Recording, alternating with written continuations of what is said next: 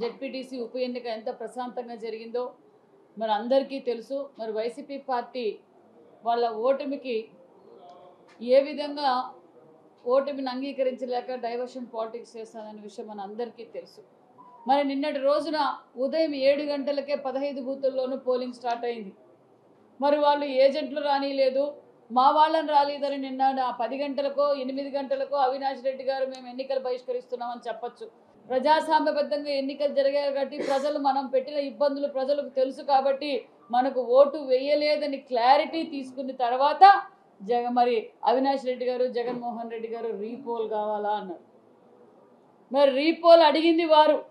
Repoll మరి ఈరోజు మరి ఎలక్షన్ కమిషను అన్ని బూతులు చూసి మరి రీపోల్కి ఏమన్నా దానికి వాళ్ళకి చేయాలనిపించినవి రెండు బూతుల్లో పెట్టాం. మరి ఈరోజు మళ్ళీ అవినాష్ రెడ్డి గారు మేము రీపోల్కి బైకాట్ చేస్తున్నామన్నారు. మేము ఎప్పుడు ఎలక్షన్ పెట్టినా సిద్ధంగా ఉన్నాం. జగన్మోహన్ రెడ్డి గారు అవినాష్ రెడ్డి గారు ప్రజలు కూడా అదే విధంగా సిద్ధంగా ఉన్నారు.